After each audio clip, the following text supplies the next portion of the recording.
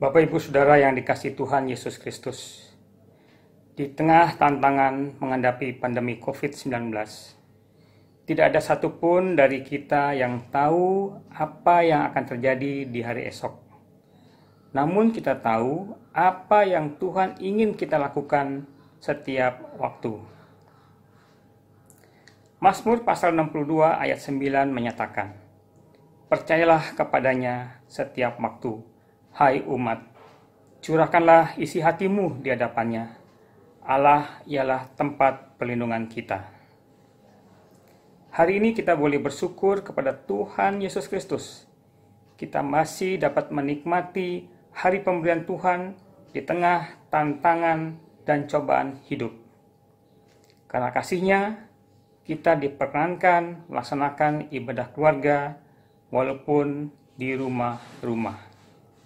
Melalui ibadah keluarga ini, kita akan semakin dikuatkan dan makin teguh dalam iman, kasih, dan pengharapan di dalam Tuhan kita Yesus Kristus. Bapak, Ibu, dan Saudara sekalian, mari berdiri untuk menghadap Tuhan dan menyembah-Nya serta memuliakan nama-Nya karena kasih setia-Nya besar atas kita.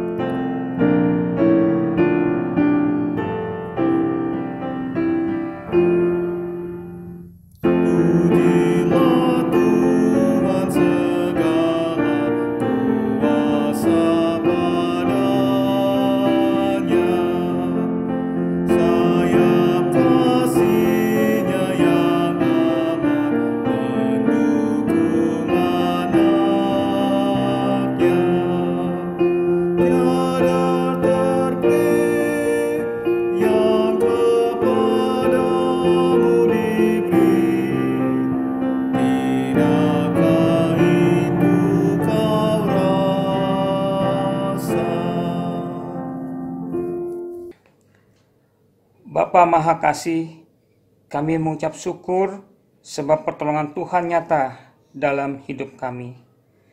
Pertolongan Tuhan yang menciptakan langit dan bumi menjadi dasar utama ibadah kami. Kasih karunia dan damai sejahtera Allah menyertai kita sekalian. Amin.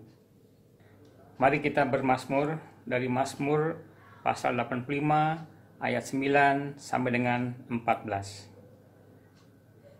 Aku mau mendengar apa yang hendak difirmankan Allah, Tuhan.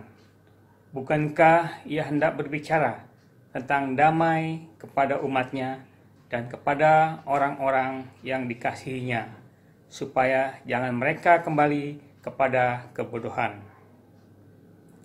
Sesungguhnya keselamatan daripadanya dekat pada orang-orang yang takut akan Dia, sehingga kemuliaan diam di negeri kita. Kasih dan kesetiaan akan bertemu, keadilan dan damai sejahtera akan bercium-ciuman. Kesetiaan akan tumbuh dari bumi, dan keadilan akan menjenguk dari langit. Bahkan Tuhan akan memberikan kebaikan, dan negeri kita akan memberi hasilnya. Keadilan akan berjalan di hadapannya dan akan membuat jejak kakinya menjadi jalan.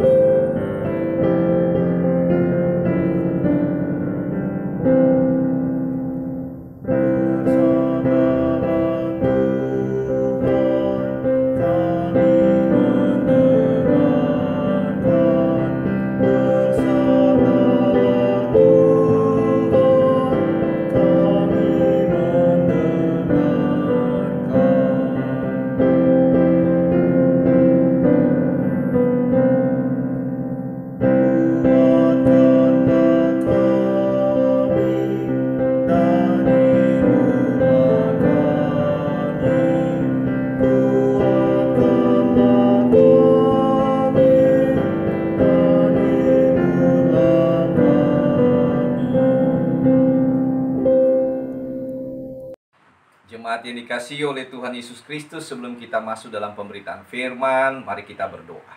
Kita berdoa. Ya Tuhan Yesus, kami akan membaca sebagai dari kitab Tuhan.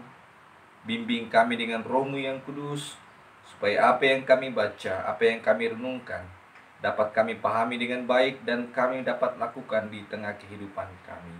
Terpujilah nama-Mu ya Tuhan. Amin. Jemaat yang dikasihi Tuhan, mari berdiri untuk mendengarkan firman Tuhan yang terambil dari 1 Korintus pasalnya yang ke-7, ayatnya yang ke-10 hingga ayatnya yang ke-11. 1 Korintus pasal 7, ayatnya yang ke-10 hingga ayatnya yang ke-11. Demikian bunyinya. Kepada orang-orang yang telah kawin aku, tidak, bukan aku, tetapi Tuhan perintahkan supaya seorang istri tidak boleh menceraikan suaminya. Dan jikalau ia bercerai, ia harus hidup tanpa suami atau berdamai dengan suaminya. Dan seorang suami tidak boleh menceraikan istrinya. Demikianlah pembacaan Alkitab. Yang berbahagia adalah orang yang mendengarkan firman Tuhan dan melakukannya di tengah-tengah kehidupan masing-masing. Terpujilah Kristus. Haleluya. Haleluya, haleluya, haleluya.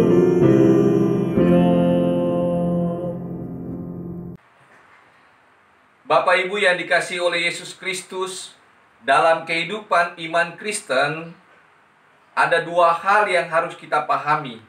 Yang pertama adalah bahwa perkawinan itu prinsipnya kudus. Kenapa dikatakan kudus? Dia dikatakan kudus karena merupakan pemberian dan anugerah Tuhan. Karena dia pemberian anugerah Tuhan dikatakan kudus, sehingga perkawinan itu tidak boleh dipermainkan oleh siapapun juga ketika dia terikat dalam perkawinan iman Kristen. Yang kedua adalah bahwa perkawinan Kristen itu adalah tidak boleh diceraikan oleh siapapun juga. Itu dikatakan oleh Injil Markus dalam pasalnya yang ke-10 hingga ayatnya yang ke-9. Karena itu apa yang telah dipersatukan Allah tidak boleh diceraikan oleh manusia. Nah, berdasarkan itu, Paulus kemudian mengirimkan suratnya kepada jemaat yang ada di Korintus ketika dia mendengar bahwa ada persoalan yang sedang muncul terkait perkawinan Kristen. Persoalan apa? Paulus mendengar bahwa dalam ayatnya yang ke-10 ada seorang istri yang hendak menceraikan suaminya. Kemungkinan besar ini terjadi bisa saja bahwa sebelum mereka masuk dalam kehidupan iman Kristen, bahwa mereka belum menjadi orang Kristen. Nah, tapi setelah terjadi perkawinan Kristen, mungkin saja pasangannya tidak menerima kenyataan pasangan tersebut sudah menjadi orang Kristen, dan mungkin ini menjadi persoalan. Tapi bagi Rasul Paulus, larangan seorang istri untuk menceraikan suaminya atau sebaliknya dalam ayatnya yang ke-11b, dan seorang suami tidak boleh menceraikan istrinya, sebenarnya tidak menekankan bahwa perkawinan apapun juga, khususnya ketika mereka percaya kepada Yesus, maka perkawinan itu harus tetap dipertahankan, harus dipelihara. Tetapi jika ada persoalan dalam kehidupan rumah tangga, maka penting juga kalau kita melihat nasihat Rasul Paulus dalam ayatnya yang ke-5, janganlah kamu saling menjauhi kecuali dengan persetujuan bersama untuk sementara waktu, supaya kamu mendapat kesempatan untuk berdoa. Ini nasihat Paulus ketika ada persoalan dalam rumah tangga. Mungkin juga ini menyangkut masalah keimanan. Salah seorang pasangan kemudian dia terima dan mau mengambil jalan keluar untuk bercerai. Maka baiknya orang yang sudah menjadi Kristen itu dia menjadi saksi yang baik bagi pasangannya, supaya dia kelak bisa menjadi orang yang percaya kepada Kristus, bukan dengan cara bercerai jika itu terjadi. Nah, untuk sementara nasihat Paulus, hindari dulu dengan berdoa. Kalau dalam ayatnya yang kelima, sebelum ayat bacaan kita. Tetapi pertanyaannya adalah, bagaimana kalau jika itu sudah terjadi? Jika perceraian itu terjadi, apa yang harus dilakukan? Dalam ayatnya yang ke-11 sangat nyata. Dan jikalau ia bercerai, ia harus tetap hidup tanpa suami. Ya. Ini sangat jelas. Artinya memang kalau kita melihat konteks ini, ternyata bahwa pihak perempuan yang hendak menceraikan suaminya. Tetapi dikatakan di situ, dia harus tetap hidup tanpa suami. Bahkan disarankan berdamai kembali jika itu memungkinkan. Tetapi kalau tidak memungkinkan, tidak boleh hidup tanpa suami.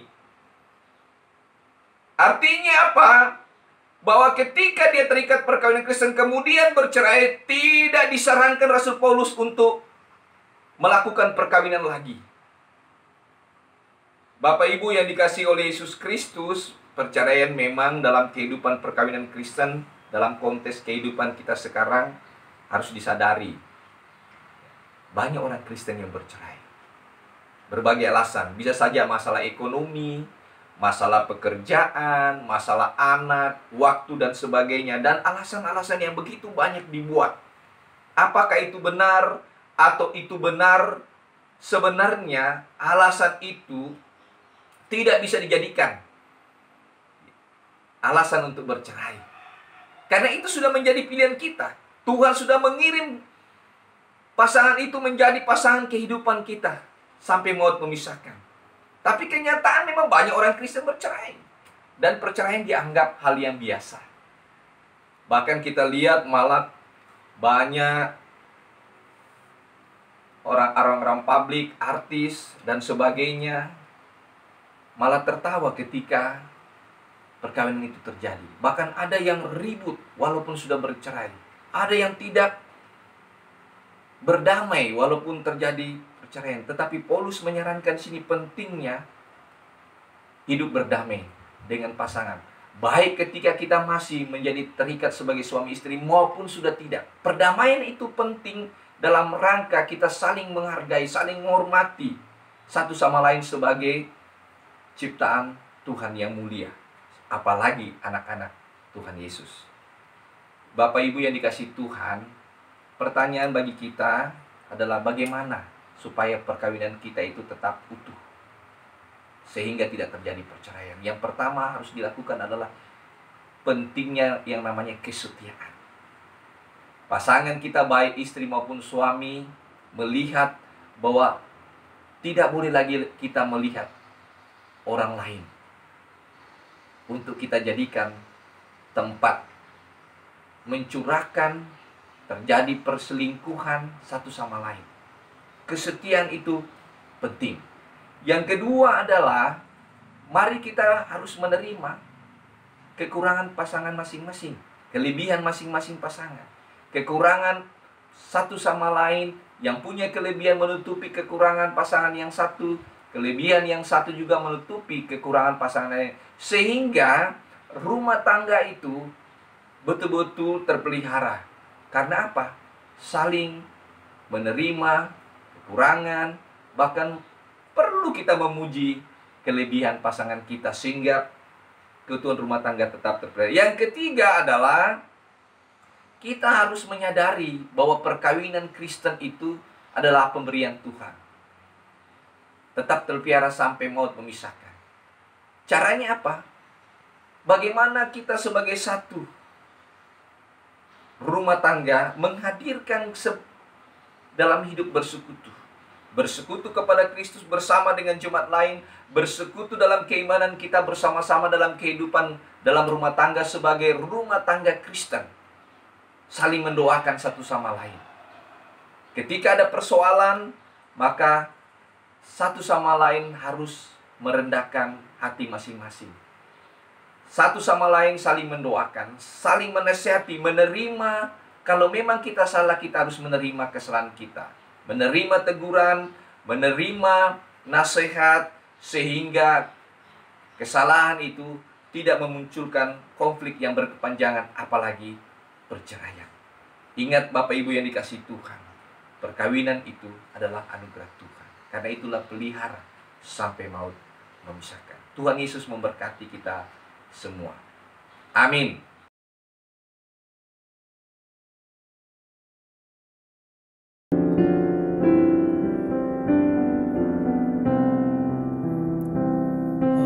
Jangan sendirian jalanmu kau tempuh, bebanmu jadi ringan bersama Tuhanmu. Jikalau kau bersusah dan berkeluh kesah, pikirlah semua bersamanya. Pikirlah semua bersamanya.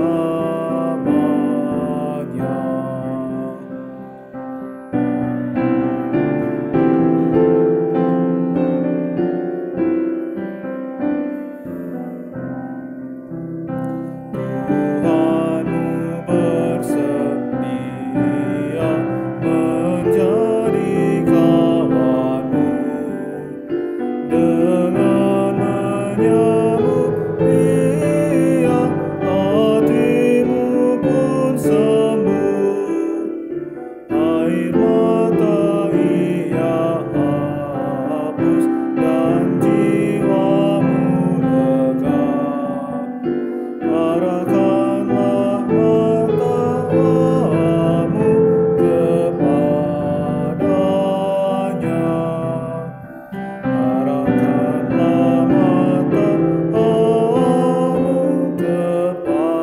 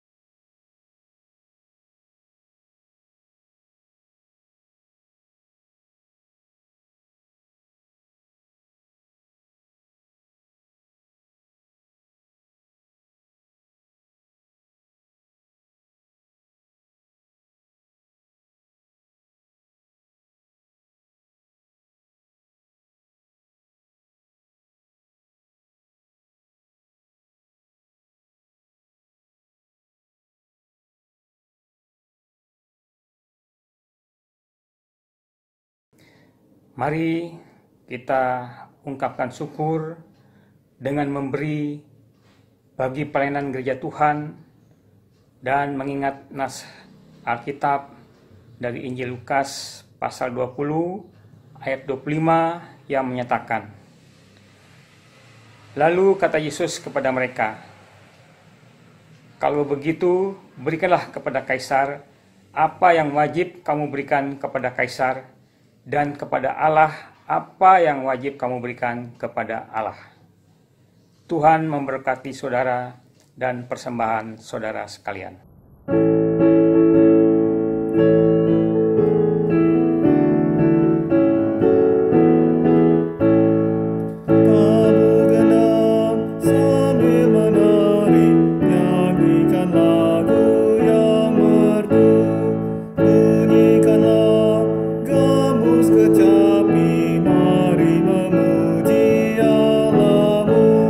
Karya besar yang agung benar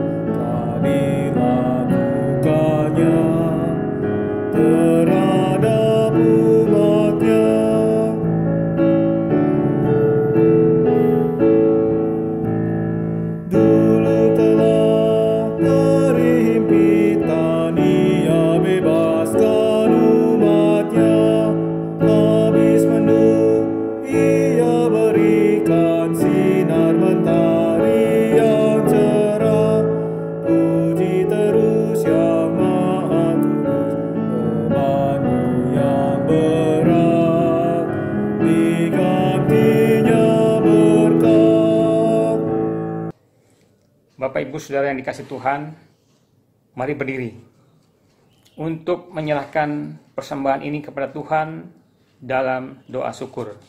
Mari kita berdoa.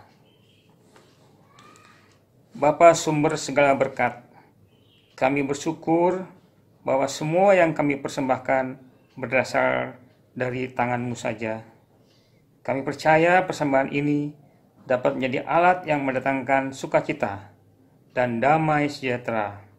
Kami percaya persembahan ini dapat menjadi berkat bagi banyak orang dan memuliakan nama Tuhan Yesus Kristus. Amin. Jemaat Tuhan, dipersilakan berdiri. Pergilah dengan damai sejahtera Tuhan ke dalam kehidupanmu sehari-hari dan lakukanlah firman Tuhan yang telah kita dengar.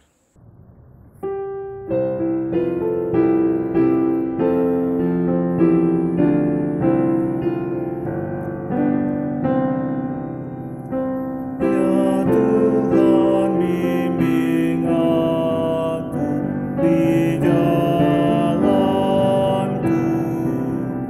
sehingga ku selalu bersama-Mu. Engganlah ku melangkah setapakku, apabila Kau tak ada di sampingku.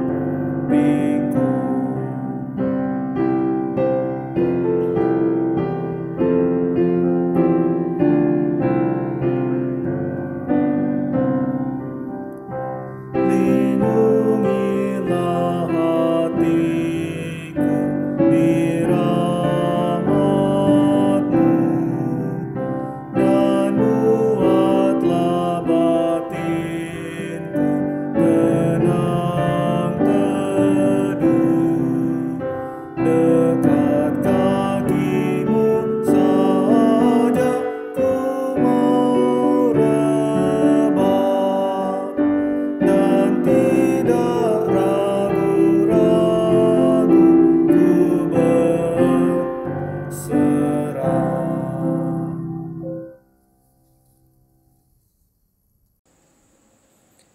Jemaat yang dikasihi oleh Yesus Kristus, angkatlah hati dan arahkanlah pikiranmu kepada Tuhan, serta terimalah berkat-Nya. Kasih karunia Tuhan Yesus Kristus, kasih Allah Bapa dan persekutuan dengan Roh Kudus, kiranya memberkati kita semua, mulai saat ini sampai selama-lamanya.